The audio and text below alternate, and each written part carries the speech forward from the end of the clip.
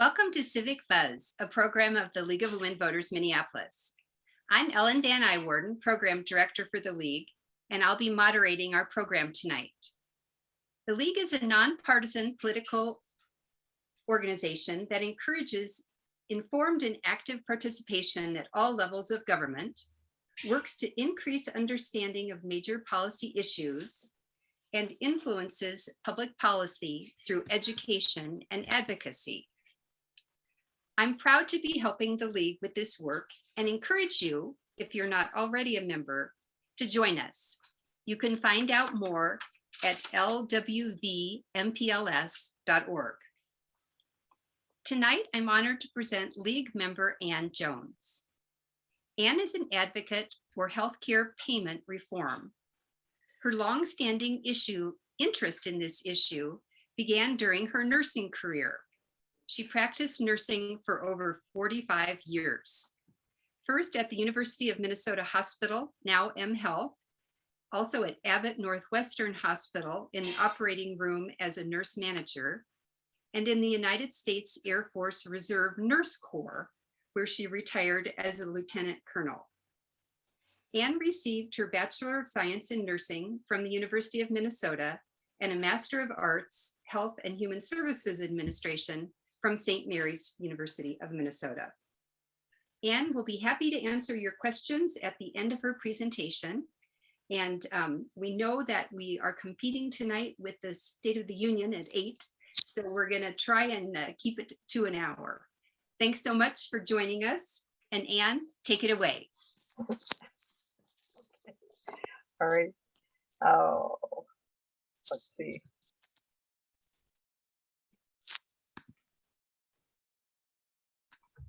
Thank you so much. Here, let me see if I can make this technology work for us. Thank you. You're seeing my title slide, right? Yes. Yes, and Ellen is correct. I didn't know that I was going to be the warm-up act for the President of the United States. And I appreciate the opportunity to talk. Just a couple things before I start. These slides are very busy, and I just have to apologize for breaking all of the PowerPoint rules, but please don't think you have to remember everything. I will send the slides to Ellen, who can send them out to everybody who's here tonight in case you are interested in a copy. Everything I talk about is basically going to be on the slides or in the notes. And I'm going to try, I may have to go through kind of fast in order to leave a few minutes at the end. I thought I had this down to 40 or 45 minutes, but of course that's never the case. And I'm hoping to get an invitation to come back, of course, as part of the program planning for this year. As Ellen said, I actually spent almost 50 years taking care of patients. If you count my candy striper years at Kanabec County Hospital. And my graduate work did include, I did a lot of study and self-taught on the issue of health policy and why our healthcare costs so out of control. To my great surprise, I learned in my master's program that our employment-based model is more or less an accident of wage and price controls during World War II. And it's kind of gotten us into the mess we're in right now with the costs associated with our multi-payer system. So now I'm working as a volunteer and a member of the Board of Healthcare for All Minnesota to change how we pay for healthcare. I'm also the chair of our Education and Outreach Committee. I want you to take a few pretty straightforward and simple concepts away from this presentation tonight. And these are that we vastly overpay for healthcare in the United States. We're not getting our money's worth, and we're leaving millions of people out.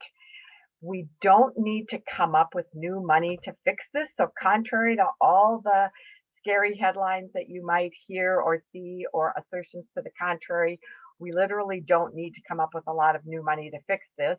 We already know what the solution is, and it's fairly simple. The question is not how to fix it, but what is stopping us. And continuing to tinker around the margins is not working.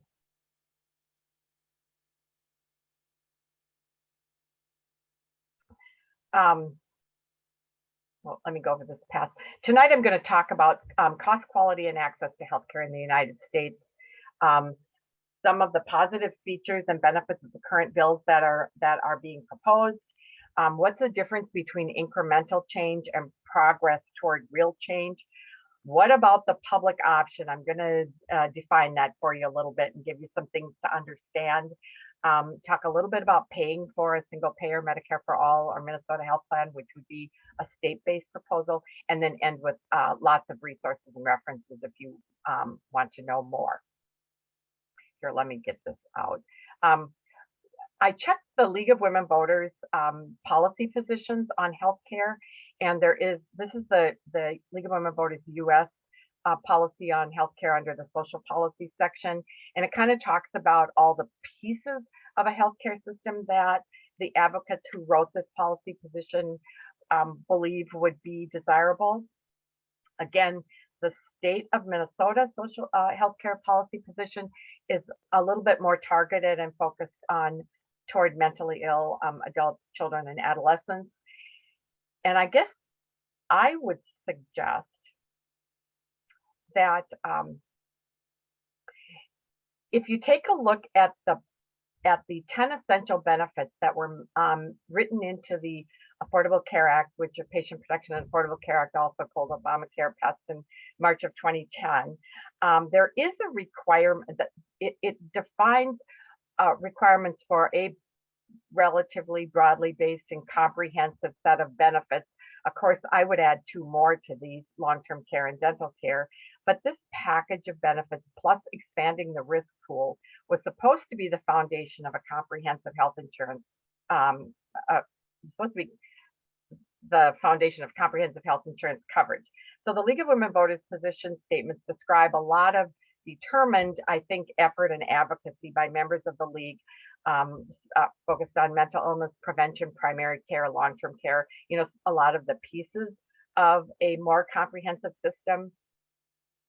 I would, I guess, suggest that it would be more effective to get a system that would include all of these pieces in one new healthcare payment model. And I'm going to specifically mention that even though mental health services and addiction treatment is mandated as one of the 10 essential benefits, because insurance companies do what they do in the intervening years, they have managed to limit visits, cut hospital stays by refusing to pay for more than X number of days in the hospital, delaying appointments, restricting access to billing services for providers, narrowing networks, and more. So these are just examples of what happens when you leave the commercial insurance industry in the mix. We are also very short of mental health providers, and our number of inpatient beds is insufficient. Patients with serious mental health issues are told they might have to wait weeks to months to see a provider.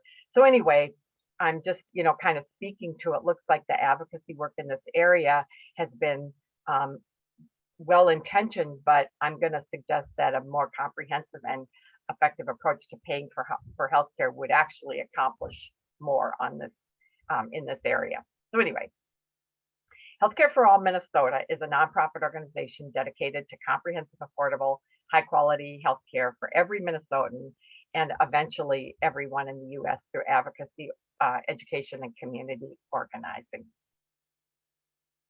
And we believe that a comprehensive, holistic approach to coverage, rather than trying to work separately on each piece of the healthcare system, would be more effective. I'm going to talk a little bit about cost, quality, and access under our current multi-payer financing system. We have a system that costs too much, does too little, and leaves too many people out. The new numbers are kind of shocking. The healthcare industry today currently consumes over 19.7% of GDP. That's 1/5 of a $23 trillion economy. Yet, even after the passage of the biggest healthcare bill in our lifetime since Medicare and Medicaid, millions of people in the U.S. lack health insurance coverage or can't afford to use what they have due to out-of-pocket costs. So total health spending is now $4.1 trillion a year, or $12,530 per person. And in Minnesota, in 2016, the most recent numbers that I have are that total health spending was $47.1 billion, projected to go to $94 billion in 10 years if we do nothing. Now, obviously, probably some of the spending in the current number is due to the COVID-19 pandemic, but this is the trajectory that we've been on literally for decades. This is a picture of our spending up against total health spending in other developed countries. You can see that our spending is a much higher portion of the gross domestic product in our country than in other higher income countries. We spend 2 to 3 times the amount per person of any other developed country, and our health outcomes are much lower. Most developed countries were in a fairly close range of each other around the mid 20th century, and many of them went to a more, I should say, government at least moderated or modulated system in the post-World War II era. Most of these other countries went to some sort of a national health system, whether publicly funded, publicly insured, or at least highly regulated private insurance, with the government stepping in for the uninsured. As I said, we're not really getting our money's worth. According to the Commonwealth Fund, which studies healthcare systems and outcomes around the world, in comparison to the Organization of Economic Development and Cooperation countries in 2014, again in 2017, and again there are new numbers for 2019, we rank 37th in overall health outcomes. We experience higher rates of chronic disease. We rank last or near last in access, efficiency, and equity. In the most recent report, Mirror Mirror on the in 2021, reflecting poorly our healthcare in the U.S., we came in dead last compared to 11 other high-income countries. So it's really hard to argue that we should keep doing what we're doing and just try harder. And in light of what we're seeing with racial disparities and biases in policing, which of course has been big news for the last year, especially in Minneapolis, what we're learning about the disparate impact of COVID-19 tells us that persons of color are really disadvantaged under our system. Racial health disparities have been worsened under the COVID-19 pandemic, and it's worsened a system that was already failing persons of color and millions of us who are lower income, including people in rural Minnesota. This is a little bit of information about how a single payer Medicare for All system would improve our response to a public health crisis like COVID-19. And I'm not going to go over all of these pieces, but I'm going to let you read the slide if you want to get a copy of the slide. Just to comment that we could offer more actual health care if we would reduce or eliminate the wasteful, inefficient bureaucracy of our multi-payer system. And universal coverage would reduce racial, economic, and geographic disparities. We need health care as a service rather than a business model. And I will also show you a slide that was fairly shocking. This is something I learned when I spent a little bit of time at the Minnesota Department of Health toward the end of my career. Dr. Ed Ellinger was the Commissioner of Health at that time. Wonderful man. But it's important not to confuse insurance with health care and to take into account all the other parts of our lifestyles that contribute to health. I was shocked to see this graph because it shows that that massively expensive acute care system, that $4.1 trillion that I talked about, really only accounts for about 10% of the overall health of a population. And you can see that social and economic factors account for at least about 40% of the health of a population. And if you think about the way we're spending money in this country, think about the money that might be able to be applied to other needs that would actually contribute more to healthy people, such as money that if we weren't using so much money on this very inefficient and wasteful acute care system, we would have more money to spend on housing, nutrition, education, perhaps improving income and reducing some of the income inequality in our country. So even environment and transportation. This slide also shows that we're vastly underinvesting in primary care. And that's the kind of care that helps keep people out of hospitals and helps keep people more healthy by managing chronic disease. And also we're underinvesting in mental health care and pediatrics. And this is a little visual for families of persons of color who continue to experience all the effects of marginalized citizenship. We will continue to experience substantial healthcare disparities if we don't address some of these underlying causes of ill health and poverty. So there's lots of areas for improvement if we can kind of redirect how we spend money. And since this organization is heavily tilted toward women, why should women care about this issue in particular? Well, women in general do use the healthcare system a little more often than men. Women seem to be more likely to seek help for reasons that we don't understand. Charges for care are higher, although the ACA was supposed to have addressed that. Women of childbearing years have more healthcare needs.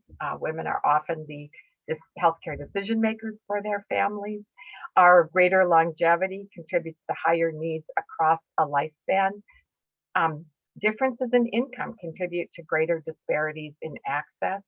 And inequities, of course, exist across the whole spectrum of gender for LGBTQIA+ persons. And then all of these disparities are magnified for persons of color. That's just kind of to set the stage for the kind of the facts about our current system. Just a little bit about how we currently pay for healthcare in this country. These are really the basic facts about cost, quality, and access under our current multi-payer system. The Patient Protection and Affordable Care Act was hailed as this major change or improvement in cost, quality, and access to healthcare, but it really is a market-based approach.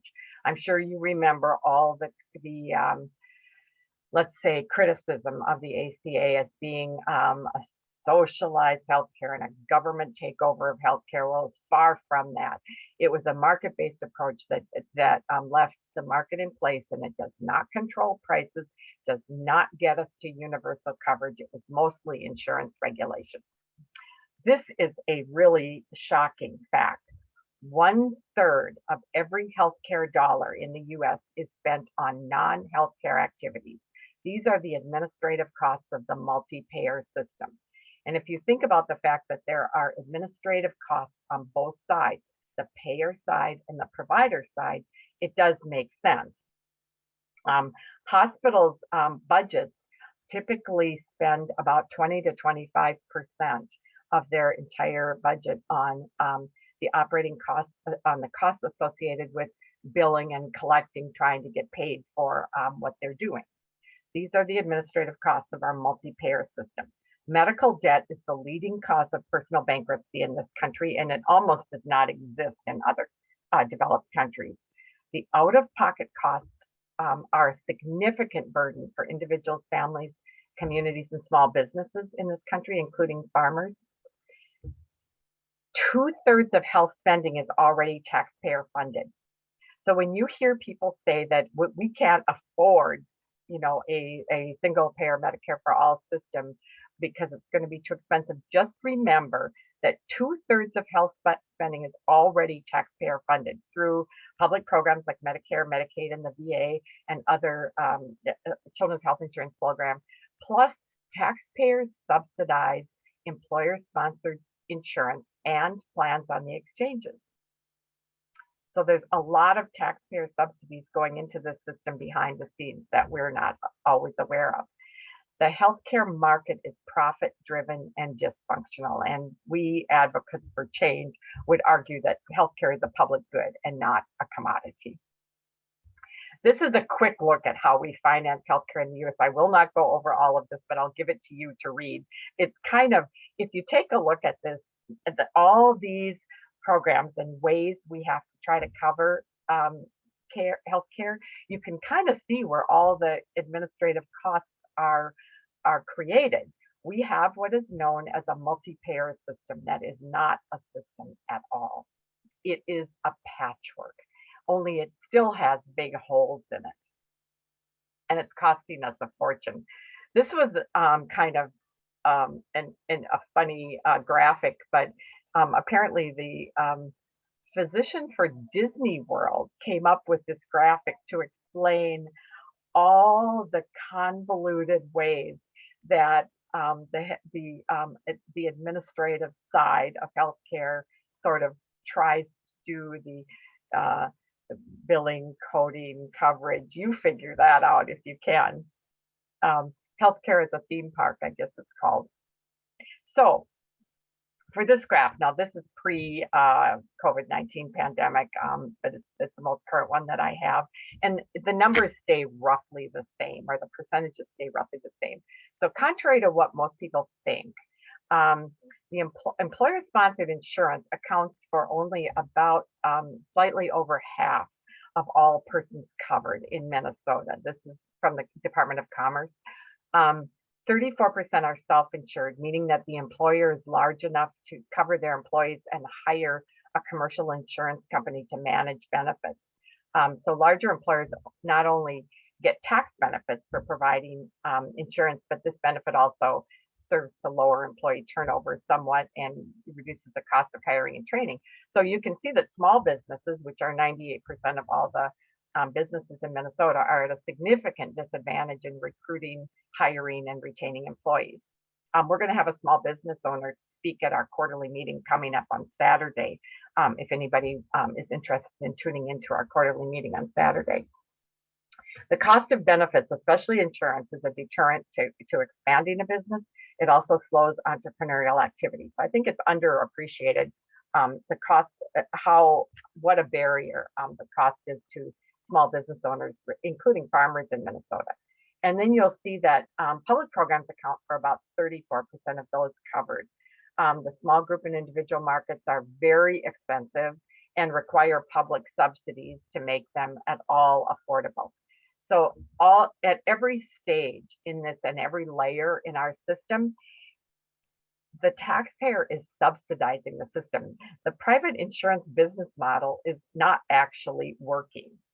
Our uninsured rate is somewhere between 4.6 and 4.8%. It's pretty good in Minnesota, but in general.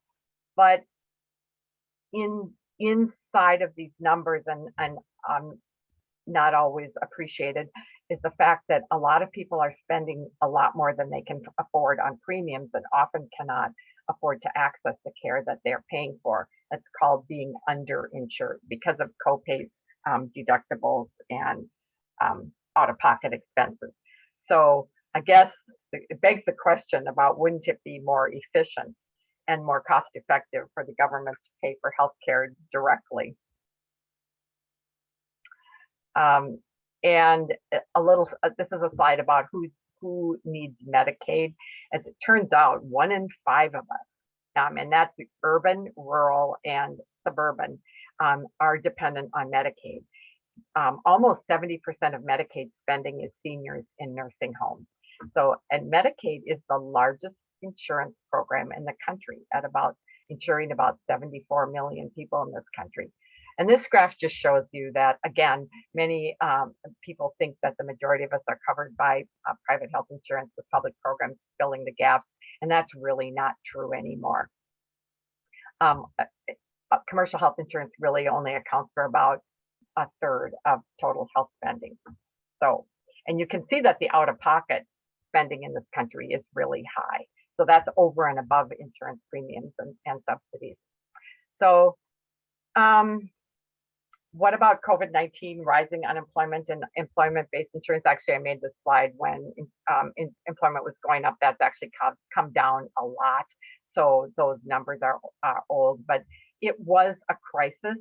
It threw a lot of people out of work and also threw them off their employer-based programs. So at one time, we had about 14 million additional people uninsured because they were dependent on employer-based coverage. So again, when a public health crisis occurs, a system that relies on an employer-sponsored coverage is going to be a problem for a lot of people. So it isn't as though we haven't tried to cut costs or slow the growth of spending. Over the last 45 years, health system administrators, consultants, elected officials, policy experts, etc., have devised and implemented an alphabet soup of methodologies and incentives designed to rein in costs, usually by making healthcare harder to get via delays, denials, requests for more information, or other means, or by asking patients who are now who are under the scheme called consumers to contribute more out of pocket to their care in the belief that turning patients into consumers is going to make them better shoppers. It doesn't really work, and reducing the opportunity for fee for service. There's really nothing wrong. This is the whole managed care ideology. There's nothing wrong with actually paying for care that people actually get, as long as you make sure that the prices we pay are reasonable. Anyway, none of this is really working, and some of it is very harmful.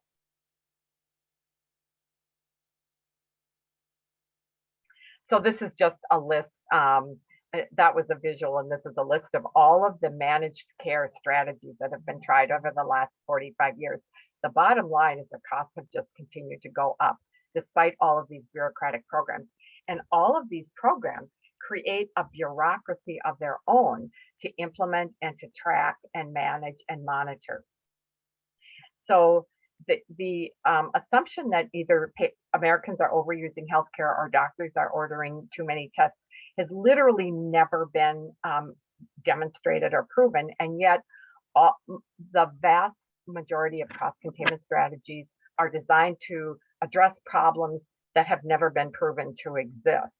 I'm not even talking about threats to Medicare in this talk tonight, because that's a whole nother subject. But the Medicare is in great danger of being privatized and taken over by for-profit and investor-owned industries, and the entire assumption around managed care as a better way, more cost-effective way to provide care is literally draining the Medicare trust fund. So we all need to be worried about that. So thousands of different plans are also adding to the administrative bureaucracy and nightmare that is our multi-payer system. They all have different rules and requirements. So you can imagine how difficult it is for doctors' offices, clinics, and hospitals to meet all the requirements of all these different plans. Then we need, because most insurance companies don't really want to care for people who are really sick or poor, Medicare and Medicaid, signed into law in 1965, was designed to address that.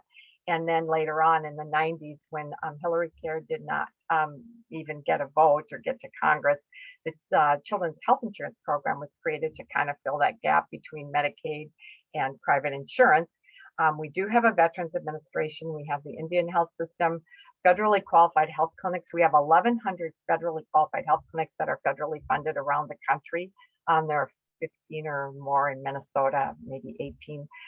We have county hospitals, critical access hospitals in rural areas. We have some state and county public health agencies, and then of course federal emergency management authorities. So there are a lot of public programs needed to fill the gaps in our supposedly best healthcare system in the world. So then add all of that complexity to this. The CEO of Duke University Medical Center told Time magazine 3 or 4 years ago that he has more billers and coders than nurses in his hospital. So all of that equals this mountain of clerical and managerial staff that it represents the administrative burden associated with our multi-payer system and how it has ballooned over the last 45 years. I mean, you've got to have people to manage all those programs that are supposed to fix the cost of healthcare, right? Administrative costs are a combination of billing activities on the payer side and the provider side. I talked a little bit about that, as well as the administrative burden of setting up, managing, and reporting data on all these numerous cost containment efforts of various programs currently in place. Estimates are that physicians spend as much as 2 hours of administrative time for every 1 hour of patient care on electronic health records, activities, and arguing with insurance companies and getting prescriptions approved and so on. That little tiny sliver on the bottom is the growth in number of physicians over the same amount of time. And this is just a fun picture of what's going on. Add in the sheer greed built into the commercial health insurance industry, along with the pharmaceutical industry and the medical device manufacturers and some of the high salaries in hospital systems, plus diagnostics and fees, privately run nursing homes and other facilities. We have runaway costs that cannot be controlled with anything other than one big customer advocating for all of us. And that is going to be a government agency that is accountable to us and manages our health system. So this was just an example of compensation. This happened to be in the Star Tribune compensation for private companies in Minnesota. In 2018, it was 52 million. And then somebody wrote in, and that's United Health Group. I think it's the second largest or largest commercial health insurance company in the country. Somebody wrote in a letter to the editor after that was published and said, "Oh wait, the top 6 execs that United Health Group added together pulled down a total of 162 million or 162.4 million in pay." And at the time, the CEO of Medtronic was taking home another 13 million. This doesn't even count all the big money. The really eye-popping money is going to some of the execs in the pharmaceutical industry. So when somebody says we can't afford to fix this, or we can't afford a single payer or Medicare for all solution, just kind of keep this little slide in mind. Wendell Potter, who's been the insurance company whistleblower for several years, said that 72% of United Health Group's 222.9 billion in revenue in 2021 came from taxpayers. They're one of the best at getting government contracts. So we're already paying for a system that is still not covering, still leaves 29 million people uninsured and 41 million people underinsured. So anyway, all of that said, what's the fix?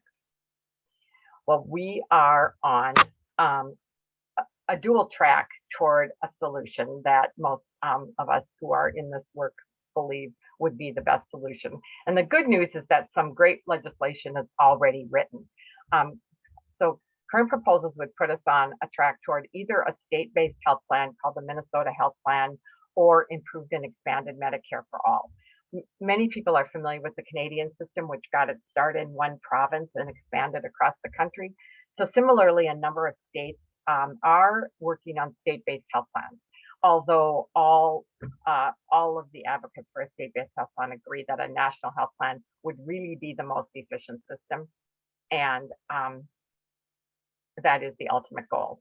The Minnesota Health Plan was written by Senator John Marty, reintroduced in 2021. The sponsor for the House bill is Representative Cedric Frazier. No hearings have been held on these bills, partly because we have a divided legislature. Well, entirely because we have a divided legislature, and it's not going to move with the Republican majority in the state Senate. The new Medicare for All Act of 2021 was reintroduced in March. It's the bill number is HR 1976. A new Senate version was expected in the fall. It's not quite out yet. So the current Senate bill is still 1129. The chief author for that bill is Bernie Sanders. The chief author for the House bill is Representative Pramila Jayapal. There are some significant differences in the two bills. So health policy experts and staffers, of course, are working on bringing these two bills together. But if you, whether you're into reading legislative proposals or not, those of us who are really excited about this bill and have read the bill really feel like HR 1976 is just a leap forward in crafting. It's kind of the dream of health policy experts over the last many years. And state-based plans are still underway. But we would need a legislature that's friendly to Health and Human Services before we can get hearings. So again, Senator Marty emphasizes that there are several principles embedded. Sorry about this, my mouse. These the principles in the Minnesota Health Plan would be specified in law and would be used to govern the system, and which would be legally binding to a board of the Minnesota Health Plan. So the key principles of a Minnesota Health Plan would be that it would cover all Minnesota residents. In other words, everyone permanently residing in Minnesota. And if you remember during the fight in the run-up to the ACA, undocumented persons were specifically left out because there was a worry by the Obama administration that the bill would not pass. We're going to fix that with either a national health plan or a state-based health plan. All means all. Benefits would include all medically necessary care, including dental care and long-term care. Patients would be able to choose their providers. No networks would be required or allowed. Costs would be reduced by cutting administrative waste, not by denying or delaying care. Premiums would be based on ability to pay, and the bill sets up a dedicated health fund. In other words, the state of Minnesota would be expected to keep a health fund separate from the general fund. A big focus on preventive care, and also a focus on ensuring sufficient numbers of providers. If you're familiar with how healthcare is working in Minnesota right now, we have some really significant gaps in providers in especially outstate Minnesota. There aren't enough dentists, and there isn't enough OB care in places around Minnesota. Also, of course, not enough mental health coverage or mental health beds. The bill is designed specifically to continue Minnesota's leadership in medical education, research, and technology, provide adequate and timely payments to providers, and also provides for global budgets for hospitals and clinics to get rid of the problem of having to rely on reimbursement and payer mix. Hospitals and clinics and health systems would be able to submit budgets for the money they need to run their facilities. Entirely different way of financing healthcare. Uses a simple funding and payment system, and also provides for a just transition for workers who would be displaced under a new system. But of course, that would only be one time. And there's a lot of evidence that there would be a big growth in business activity because of taking the burden of healthcare costs off small businesses. And workforce development statewide. I talked about numbers of providers around the state and types of providers. So Senator Marty wrote the bill, but he also wrote a book describing this proposal. So we have a link to the book under resources on our website, and also under the website called minnesotahealthplan.org. Not very often do you have a book that describes the principles of a proposed bill, the policy behind the change, specific provisions in the bill, and a transition plan for workers, and some of the political considerations in getting a Minnesota Health Plan passed. About 140 I guess 148 pages, actually really easy to read and really give you a feeling that you understand the proposal if you read it. The National Health Plan, Medicare for All Act of 2021, this is the House bill, includes very similar provisions. And it's a really good bill. This has been in progress for many years and is a result of the work of numerous health policy experts, advocacy organizations, and stakeholders. Heavy emphasis on health equity and accountability for underserved populations, including rural areas and lower income urban areas. So the key provisions of the bill are universal coverage, again, for all residents of the U.S., no exclusions or exceptions, a comprehensive benefit set, including long-term care and dental care, freedom of choice for doctors, providers, hospitals, and facilities, no networks, full range of reproductive services, and it does remove the Hyde Amendment. I will note, however, that the legal right for full reproductive services for women will require, I believe, the passage of the Women's Health Protection Act. And I think there was actually a vote in the Senate last evening, but I'm not sure how that vote came out. At least it was scheduled. Who knows what happened in the current climate.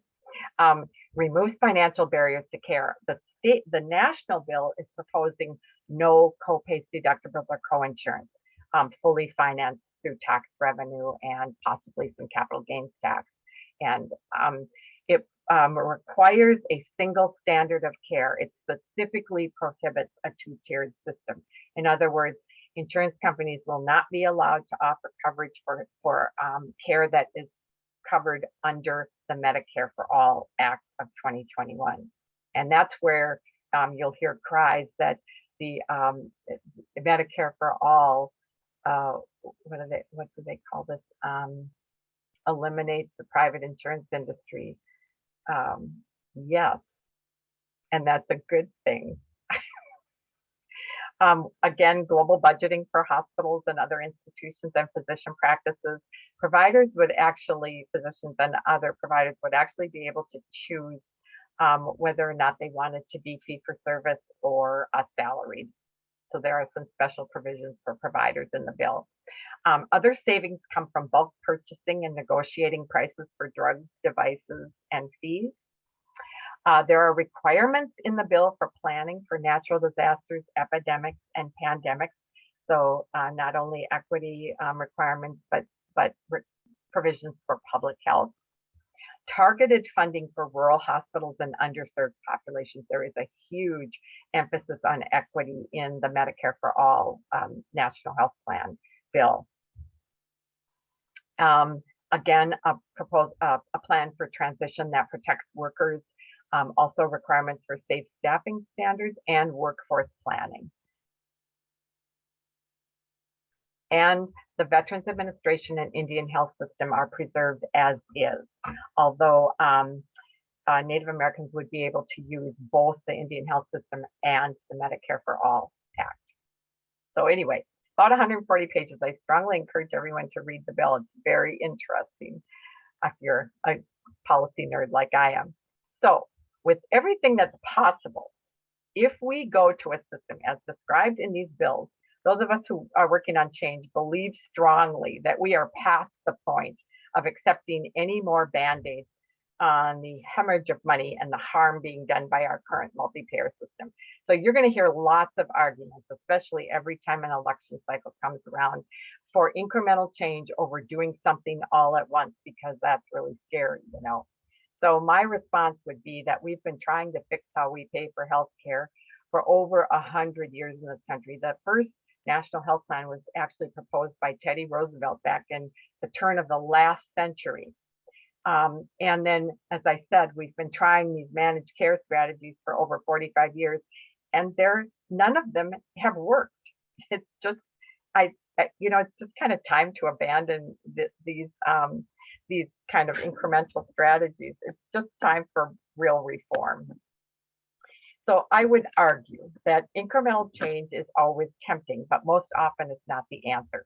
we risk wasting time, money, and political capital around small changes that will never solve the underlying problems of the administrative waste, the high prices, and lack of coverage. Meanwhile, real people are dying or going broke. So let's work for what we really want and what will actually fix the problems of cost, quality, and access to healthcare in the US and in Minnesota. And for examples of incremental change, one of my goals with this talk was to help people understand the difference between incremental change and real change and what we could do along the way. So examples are, of course, you will always hear proposals to bring down drug prices because it is one of the biggest contributors to our high costs. Or fixed surprise billing, that was very popular with lawmakers. Those people were getting slapped with bills for radiological services or anesthesiology or emergency room. They thought they were going to the hospital that was in their network, and then they find out that some of the providers are not in network because they're contracted services, which is a whole nother story. So apparently that bill, there was a bill proposed in Congress, and there's been bills proposed at the state level, and they got voted down because guess what? The industry works against you. A public option for people who can't afford private insurance premiums, more about that later, because that's a really popular proposal, but has huge pitfalls embedded in that concept. Premium subsidies, more subsidies through insurance exchanges. Again, one of the solutions to the unemployed and loss of employer-sponsored coverage as a result of COVID-19 was we should provide more insurance subsidies for private insurance. That's just, the insurance companies are a pass-through. It's a really expensive middleman for our multi-payer system. And posting prices or fees, well, that's difficult with no standard fees and so on. There's just a kind of an endless number of those. These are just a few, but anything that fails to address the underlying problems of the administrative costs of our multi-payer system or the high prices of services due to lack of any meaningful price controls are really not going to be effective. And I just want to point out one recent example of incremental change in Minnesota. It was passed during the last biennium, I believe, and it was emergency assistance for insulin-dependent diabetics to buy a life-saving drug at a cost they could afford. I am not going to minimize the importance of this bill. It was the result of an incredible amount of effective advocacy and lobbying by very dedicated legislators. The woman pictured here in this picture lost her son. It's called the Alex Smith Emergency Insulin Supply Act, but it took 2 years and 9 months to pass. It's this is time spent on a measure for one drug for one disease. This does nothing to help the people who can't afford medications for numerous other diseases. And a portion of the bill sunsets in 2024. So it's actually not even a long-term solution. I guess we don't have time for this if with people suffering and dying for lack of health care that they need or going bankrupt to pay for it. I said I would talk about a public option because it comes up so often, and it's such a popular dodge, especially for elected officials who don't want to, make the commitment to real reform. Things to know about this this proposal is that a public option is not just one proposal. There are 7 federal bills and 1 or 2 that have been proposed here in Minnesota, again, just during this session. It comes up, and I won't minimize that people who propose this are actually concerned about universal coverage, but they just can't seem to get there with real reform and eliminating the private insurance industry. It's just important to understand that it's not one thing, and they all have a few different variations. The public option is sort of a catch-all, and it varies. It has names like Medicare Extra or proposed by the Center for American Progress, which you would think would be, it's a kind of a progressive think tank, a Medicare buy-in, a state public option based on Medicaid, or a Medicare buy-in for older adults. Those are just a few of the proposals.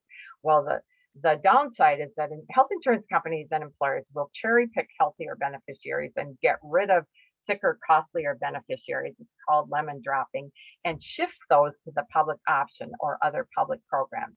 This, whatever it is, will become more expensive per person and it will fail. The risk pool is too small. And then people will conclude that that government thing didn't work. So, and it does nothing to reduce administrative costs. It likely increases them. A lot of public option proposals actually involve contracting with private insurance.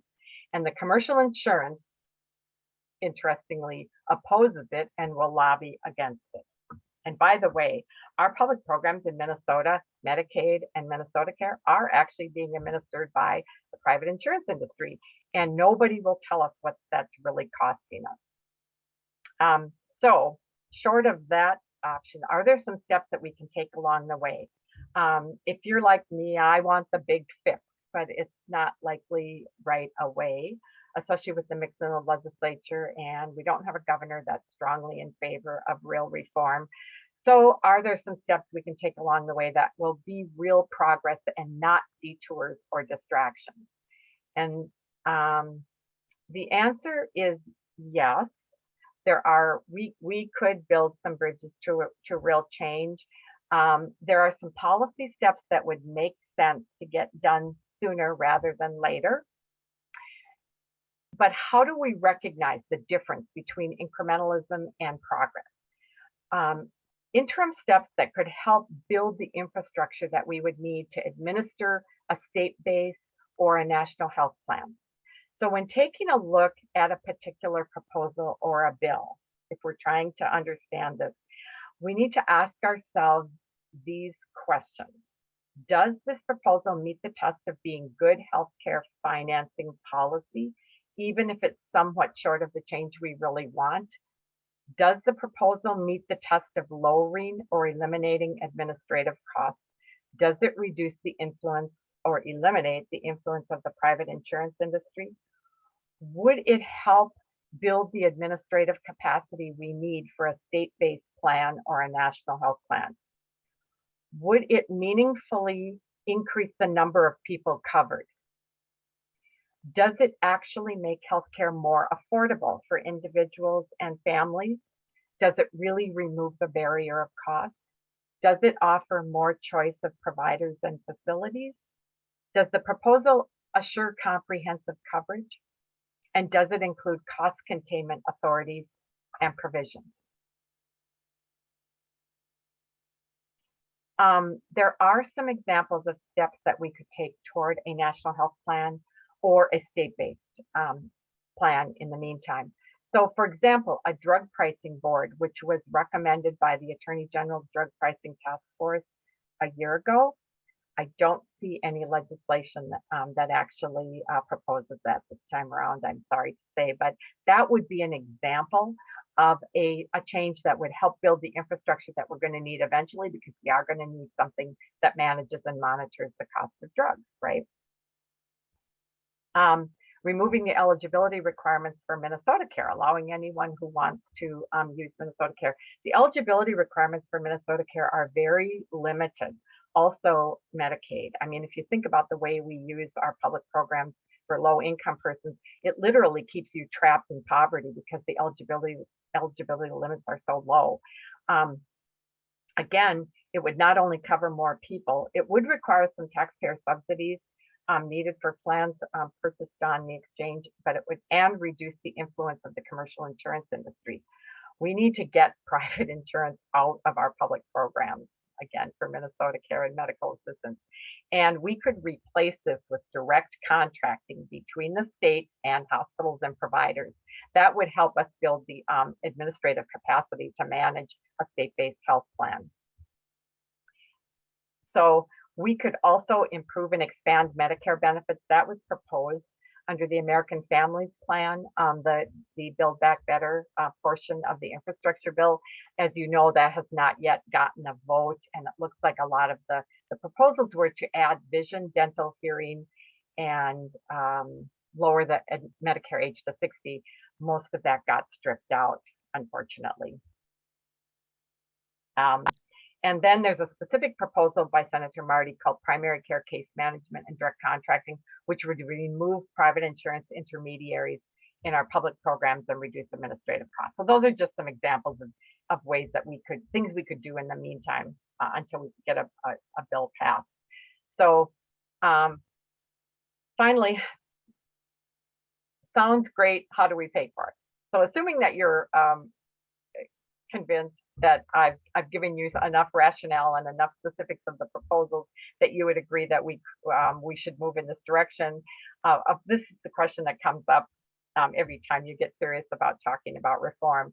So even if you're talking about people who are really with you, they are concerned and worried about this because they've heard lots of scare stories about how expensive. Well, remember back to one of my slides where we said 2/3 of health spending is already public.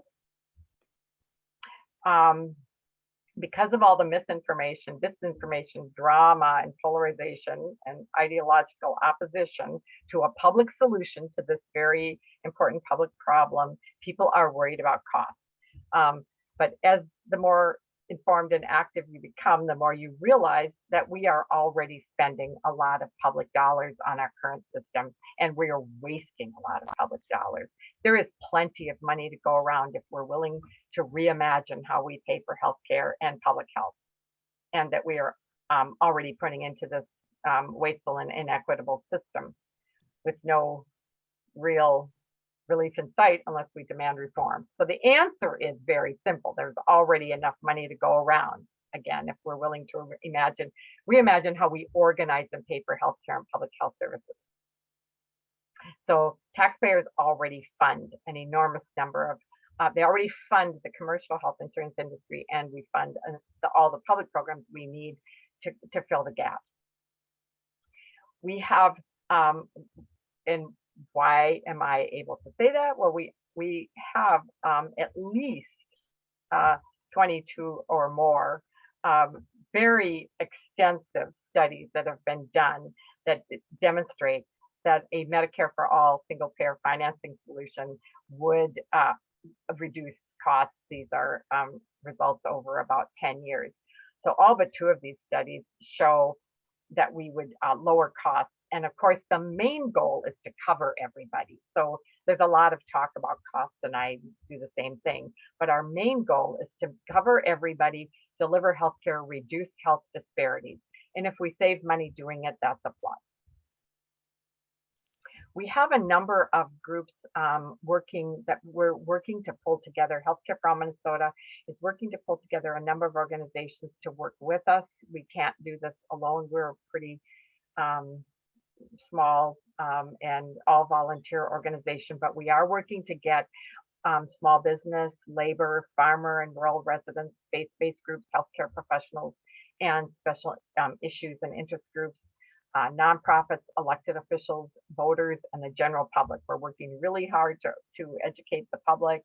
And we, one of the recent changes we are seeing in the legislature is that we have a new Minnesota Health Plan caucus that has formed in the legislature, and quite a few members of the legislature on the House and Senate side have joined this caucus. To the objection, we have, of course, huge ideological barriers to public solutions to public problems. And one of the biggest ones is that you will hear is Americans don't want government-run healthcare. Well, thanks to an aggressive, relentless messaging by the medical industrial complex, especially the insurance industry, which knows its days are numbered if we make real change, Americans have been led to conflate choice of insurance plans with choice in how they actually use healthcare. So we're trying to de-link that. Nothing could really be further from the truth, especially in this era of managed care, which really limits how you are able to use the healthcare system based on what your insurance company will pay for. So I'll remind you of the slide on all those cost containment strategies, managed care measures, if you will, but they really aren't managing your care, which should be between you and your doctor. They're managing reducing their own costs. And I would argue that we have already decided that it works well to do literally hundreds of functions and services that communities and societies need together. This is just a short list of some of the most important public programs that we've all agreed that we need to do together and are more efficient and cost effective. None of us could afford to pay for each of these separately, but together we can. And I think part of this effort is going to require changing the language and attitudes built up over decades around healthcare as a business, and emphasize that healthcare is a public good and requires a public solution. So that's most of my basic information that I wanted to give you tonight, and in the time allowed. The rest is a lot of resources. We're here to educate, organize, and legislate for reform. But the most important thing that everyone can do listening tonight is just be as well informed as you can about cost, quality, and access under our current system, proposals for change. And if you would like to help us fix this, go to the website on the bottom, hca-mn.org, and enter your contact information. And we will stay in touch with you for educational opportunities and meetings and efforts, opportunities to lobby for change. Again, we're not alone. These are some of the many organizations around the country working for change and have been working on this for years. This is one of the newer books on the subject of Medicare for All, written by a physician and a health policy expert, and talks about attempts to fix this over the last 100 years, description of some policy specifics for Medicare for All proposals, and a discussion of the politics around this issue. But Anne, thank you so much. And I will just call your attention to the quarterly meeting we have coming up on Saturday. And the link for that is in our calendar on our website, if you're not on our mailing list. Okay. Anne, thank you. And finally. Yeah. And I think we're, at the State of the Union, right? But we have time for questions if people have got them. Please go ahead. They're still filling up the room. They're still, if you've got the State of the Union on. Oh, here, I will, and my contact information is on a slide, and I'll send those slides out to Ellen, and Ellen, you can send them out if you like. Yes. Yeah, we will put them up on the website along with the recording. Okay. Yeah. This is Ellen Archibald. Yeah. I put a question to Ellen Iwarden in the chat, but apparently that is not going to the right place. My question is basically, how are you going to get at people's concern for the loss of jobs if you all of a sudden, well, however long it takes, destroy the health insurance industry that does employ many people, most of whom have no training in healthcare, but the administrative employees? Mm-hmm. Well, actually, we have a study that was done in Minnesota. I think it was finished in about 2014, and they determined that at that time there were about 48,200 people employed on the business side of healthcare. I think that includes the hospital business offices as well, and clinics, and the insurance industry. And we've got this answer in the frequently asked questions for the Minnesota Health Plan, but essentially we replace almost 3 times that number change jobs every month in Minnesota.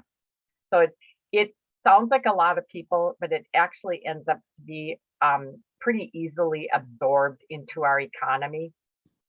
Plus, the bill provides for transition, provides for retraining, reemployment, and there are actually a number of people in these insurance companies who are nurses and doctors who could actually be providers. Again, we are going to need more providers. Think about the fact that when we stop, all of a sudden well, I shouldn't say all of a sudden, because there will be phased in, this is going to be phased in over a period of time, but we will need more people in the healthcare industry, both at skilled and unskilled levels.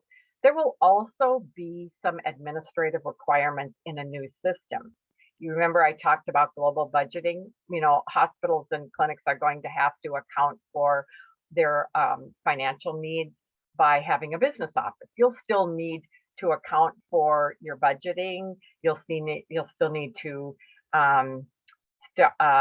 order supplies and stock shelves. There will be the business side of healthcare. It'll just cost a lot less. Also, so not only are we going to need more healthcare workers, and there will be some business functions in a new system. It won't just go away entirely. We also hear from the business community that there is a lot of room for expansion on small businesses or business startups that would be possible and more feasible when the burden of healthcare coverage is reduced or removed. So there's actually a lot more positive than negative to be realized with fixing how we pay for healthcare. Thank you.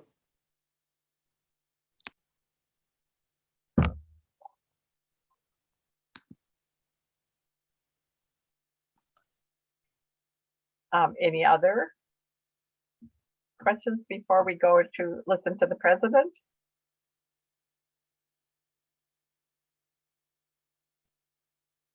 Thanks a lot. That was a lot of information in a short amount of time.